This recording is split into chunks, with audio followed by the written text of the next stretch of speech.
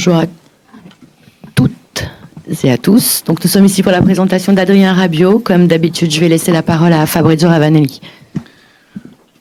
Bonjour à toutes et à tous. Nous sommes ici aujourd'hui à présenter Adrien Rabiot, 29 ans, joueur international, très important pour nous. C'est un recrue que c'était important pour nous grâce à notre conseiller sportif, Mendy Benatia, qui a travaillé très dur sur lui et grâce aussi à la validation de notre propriétaire Frank McCourt et de notre président Pablo Longoria. C'est très facile aujourd'hui de dire les caractéristiques de ce joueur-là parce que tout le monde il le connaît. C'est un joueur box-to-box, joueur qui marque des buts, un joueur qui va récupérer le ballon. C'est un joueur aussi qui il amène de grandes expériences et de grands caractères, pas seulement sur le terrain, mais aussi dehors de le terrain. Il a voulu à la Juventus, je connais très bien la Juventus, c'est un club exceptionnel. C'est un club aussi de référence pour nous. Et on sait que c'est un club qui a beaucoup de rigueur, d'éducation. Et ça, c'est important parce que Adrien, il peut mener cette chose pas seulement sur le terrain, mais dans les vestiaires. C'est un exemple pour tout. Il a montré toujours sa fierté, son caractère, sa détermination. Adrien, en homme de l'OM, je te souhaite le bienvenue. Merci beaucoup. Merci beaucoup, Fabrizio. Merci, Fabrizio. Allez, on va démarrer pour la question. Karim. Bonjour Adrien, ici, bienvenue de la part de toute la presse marseillaise. Merci beaucoup. J'ai deux petites questions. La première, c'est peut-être la question que tous les observateurs et les supporters de l'OM se posent aujourd'hui. Pourquoi et comment Adrien Rabiot est arrivé à l'Olympique de Marseille? Pourquoi? Parce que, comme il a été dit, en discutant beaucoup avec Mendy Benatia, avec le coach, avec le président aussi, ils m'ont exposé le projet ambitieux de l'Olympique de Marseille et j'ai adhéré tout de suite. C'est vrai que voilà, le coach, il a une certaine cote, on sait ce qu'il est capable de faire, le jeu qu'il a proposé, qu'il veut proposer aussi. Et pour moi, ça semble être un vrai beau challenge de pouvoir venir ici avec une équipe jeune, de qualité, et pouvoir remplir les objectifs du club et mes objectifs personnels. Et on a vu sur les images du site et des réseaux du club que tu étais déjà au travail. On suppose bien entendu que tu t'es entretenu cet été. Dans quel état de forme physique tu es? Je me suis entretenu, bien évidemment. Après, il est vrai que je ne suis pas non plus au top parce que j'ai travaillé individuellement. On sait que c'est important quand même de travailler au niveau collectif avec le ballon. Et puis, il y a certaines choses à mettre en place aussi au niveau tactique avec les séances d'entraînement. Mais je me sens bien. Bon, vous pouvez vous en douter, ce sera un peu court pour ce week-end. Mais j'espère être très rapidement à disposition pour pouvoir jouer les premières minutes. Michel. Bonjour Adrien. Bonjour. On t'a vu heureux à ton arrivée à Marignane. Malgré tout, est-ce que tu as quand même été surpris par cet accueil? Évidemment, il y a un antagonisme entre Paris et Marseille, mais toi, on t'a senti heureux et peut-être un poil surpris. Est-ce que tu peux confirmer? J'étais très heureux d'être là, sinon j'aurais pas fait ce choix. Et surpris bien évidemment parce que étant, il est vrai, un joueur formé au PSG qui a eu une certaine carrière passée, je m'attendais pas à de l'animosité, mais peut-être pas 500 supporters non plus qui étaient là. Et finalement, je me rends compte que le football domine tout ce qu'il y a autour et que les supporters sont enthousiastes à l'idée de ma venue, de pouvoir former une belle équipe, un bon groupe et de pouvoir aussi rêver à de grandes choses cette saison. Donc j'étais surpris, mais agréablement surpris et c'est vrai que c'était vraiment top cet accueil. Flo. Oui, Adrien, bonjour. Au fond, Bonjour. à gauche, j'ai deux petites questions, s'il te plaît. La première sur Roberto De Zerbi. On a quand même la sensation, et je crois que tu l'as eu au téléphone, évidemment, pendant cette période de négociation. On a la sensation que son arrivée a fait entrer l'OM aussi dans un standing différent et que ça attire des grands joueurs comme toi. Est-ce que tu confirmes que ça en jette d'avoir le coach De Zerbi au téléphone et de parler ballon avec lui? Ouais, bien sûr. Je pense qu'il est plus à présenter. Moi, j'avais l'occasion de jouer contre lui déjà quand il était à Sassuolo. On a vu que par la suite, il a fait de très belles choses aussi. Il propose du beau football. C'est un compétiteur, quelqu'un qui veut gagner. Je me retrouve aussi dans ces choses-là. Et bien évidemment, pour moi, comme pour les joueurs qui sont arrivés cet été, ça a été, je pense, une pièce maîtresse. Et autre question, Adrien. Michel, mon collègue, parlait de l'arrivée à l'aéroport. À un moment donné, tu as une petite phrase, tu dis je sais que ma famille est heureuse également que je sois là. Est-ce que ça veut dire que dans ta famille, tu as aussi des amoureux de l'OM ou des gens qui ne sont pas insensibles à ce club? Et est-ce que tu peux confirmer certains petits témoignages qu'on a lus ci et là, que quand tu étais un peu plus jeune, tu regardais l'OM avec des grands yeux, voire tu aimais beaucoup l'OM? Je dis ma famille est heureuse dans le sens où ils sont derrière moi et lorsque je fais un choix, ils me soutiennent. Et ça pouvait ne pas paraître évident aussi pour eux au début. Et puis finalement, en parlant avec tout le monde au club, les dirigeants, en voyant l'enthousiasme à l'arrivée, mais aussi avant avec ce qu'on a pu lire sur les réseaux des supporters marseillais, etc. Finalement, ils étaient très heureux pour moi et c'est important que ma famille soit bien et soit derrière moi. Donc à ce niveau-là, c'est pas forcément parce qu'il y a des gens de ma famille qui étaient supporters de l'OM ou autre. C'est simplement qu'ils me soutiennent et de savoir qu'ils valident aussi ce choix et qu'ils sont sereins, c'est une bonne chose. Et toi, plus jeune, tu avais un petit regard sympa envers l'OM? Moi, plus jeune, j'aimais bien regarder l'OM, bien sûr. J'irais vers, je sais pas, quand j'avais 10-12 ans, à l'époque où il y avait Mamadou Niang, Maoulida, Oruma, Théo, ces joueurs-là, j'aimais bien regarder Marseille aussi. Ouais. Comme j'aimais bien regarder d'autres équipes, mais je sais que vous allez faire un focus là-dessus, mais non, ça me plaisait, bien sûr. Nico.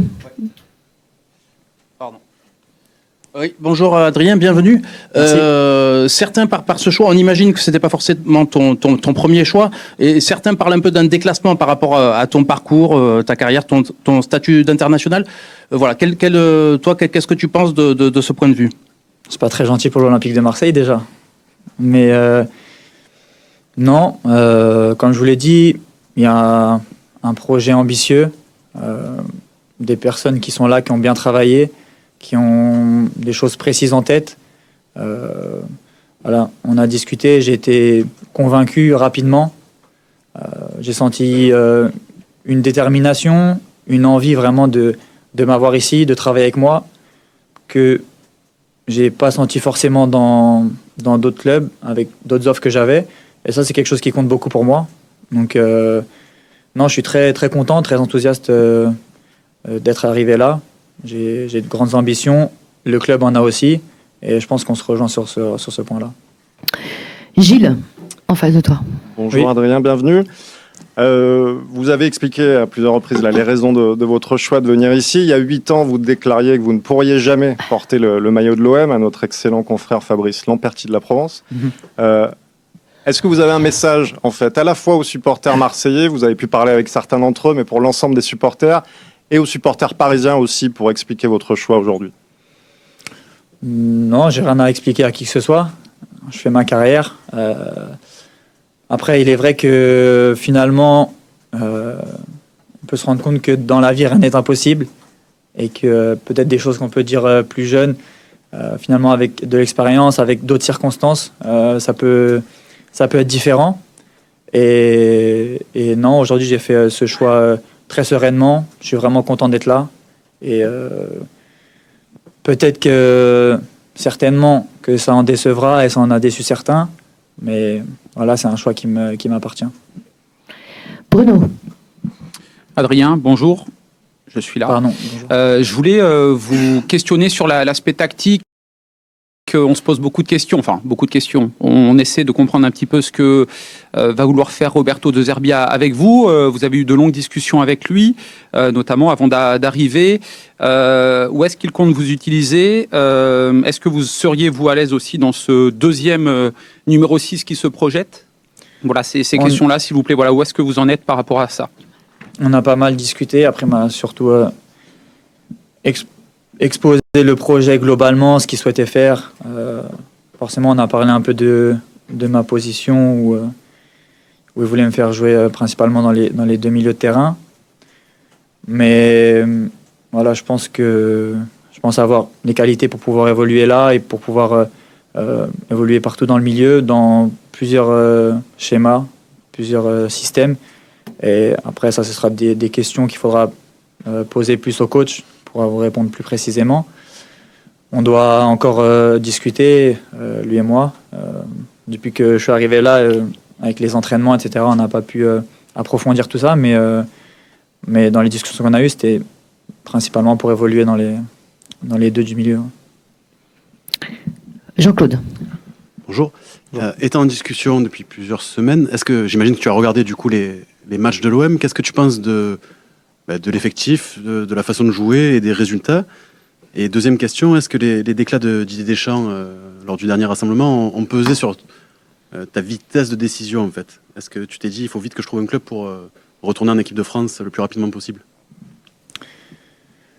Sur les déclarations de Didier Deschamps, non, je me suis dit que simplement j'avais envie de retrouver les terrains et que voilà, il était temps pour moi d'aller retoucher le ballon et de trouver quelque chose d'ambitieux.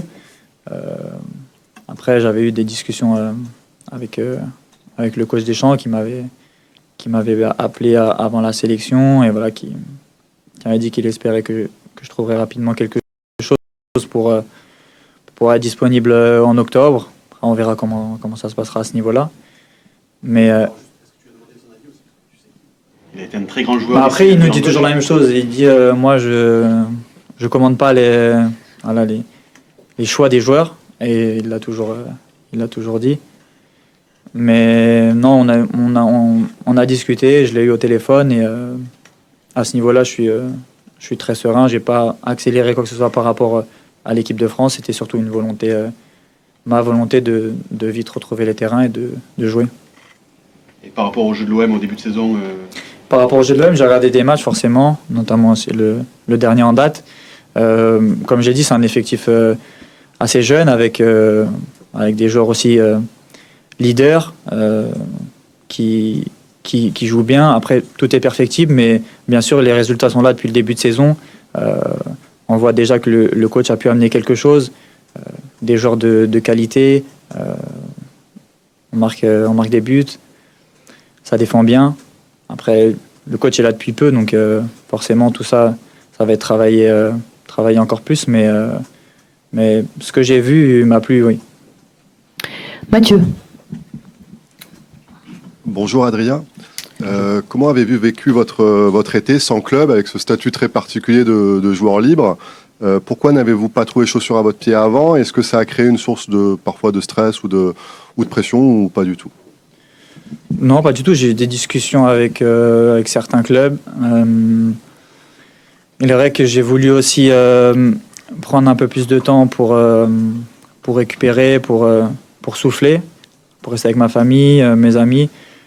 Et puis après, des circonstances qui ont fait que soit finalement j'étais pas convaincu par le projet sportif, il y avait pas mal de choses qui pouvaient rentrer en compte. Et puis à un moment donné, j'ai reçu un message de Mehdi Benassia et puis on a commencé à discuter. Et tout ça s'est fait assez rapidement au final. Camille. Bonjour Adrien ici, bienvenue. Alors je voulais déjà te poser une question sur... tu arrives dans un secteur en fait qui est déjà bien étoffé, milieu de terrain, donc 6-8. Justement, qu'est-ce que tu as le sentiment de pouvoir apporter à ce milieu de terrain? Autrement dit, quel est ton style de jeu et quelles sont tes qualités? Sur le terrain, comme je l'ai dit, comme l'a dit Fabrizio. Je suis un joueur box-to-box qui peut évoluer aussi dans les 2 joueurs du milieu de terrain. Je suis capable de marquer des buts, d'apporter offensivement, de bien défendre, d'être aussi ce leader, un genre de caractère sur le terrain, sur qui on peut s'appuyer, qui peut être aussi un relais pour le coach dans le vestiaire.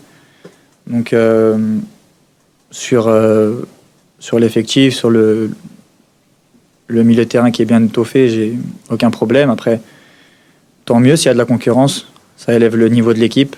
Il y a de bons joueurs au milieu. Le coach pourra choisir, il aura des choix à faire, mais il n'y a aucun problème. J'ai évolué dans de grands clubs avec toujours de la concurrence et ça s'est toujours très bien passé. Adrien. Bonjour, bienvenue. On parlait du rôle de Zerbi dans votre arrivée et là juste celui de Mehdi Benassia. Est-ce que justement vous pouvez nous raconter un petit peu, est-ce que vous étiez surpris de recevoir un SMS de sa part et qu'est-ce qui a joué pour vous convaincre dans son discours, qu'est-ce qu'il a pu dire pour vous convaincre? Merci. J'étais surpris, oui, au début, et je lui ai dit clairement, mais il a été droit au but. Il m'a, sans faire de jeu de mots, il m'a exposé tout de suite le projet. On m'a fait comprendre que ça pouvait être une possibilité et que lui était très emballé par ça. Il m'a laissé réfléchir. Je l'ai rappelé et après en avoir discuté avec ma famille. Et par la suite, c'est vrai que ça s'est enchaîné. J'ai pu parler avec le coach, qui a aussi été très important. Et j'étais de plus en plus convaincu. Et puis voilà, ça s'est fait comme ça. Mais c'est vrai que je m'attendais pas à cet appel-là, à vrai dire. Mais j'ai aimé aussi la démarche de Mehdi Benassia parce que ça montre que c'est quelqu'un d'ambitieux. J'ai vu aussi son envie, sa détermination. Il m'a parlé clairement.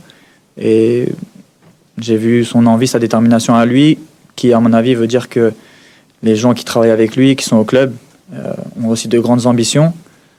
Sinon, on ne vient pas chercher un joueur comme ça. Et donc tout ça m'a fait réfléchir et puis j'ai pris cette décision. Mahmoud. Bonjour Adrien, c'était votre rêve à l'époque de vous imposer au Paris Saint-Germain en tant que capitaine. Pourquoi ça n'a pas marché et est-ce que vous espérez écrire l'histoire avec l'Olympique de Marseille? Je me suis imposé au Paris Saint-Germain. J'ai fait 7 ans, plus de 200 matchs. Donc si je ne me suis pas imposé, je ne sais pas ce qu'il faut. Mais non, après, on sait aussi comment ça s'est fini. Malheureusement, mais entre-temps, je suis allé à l'étranger, j'ai fait 5 années à la Juventus qui m'ont beaucoup apporté.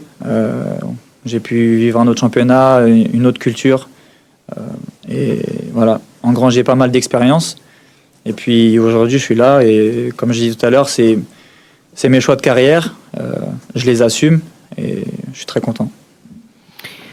Flo.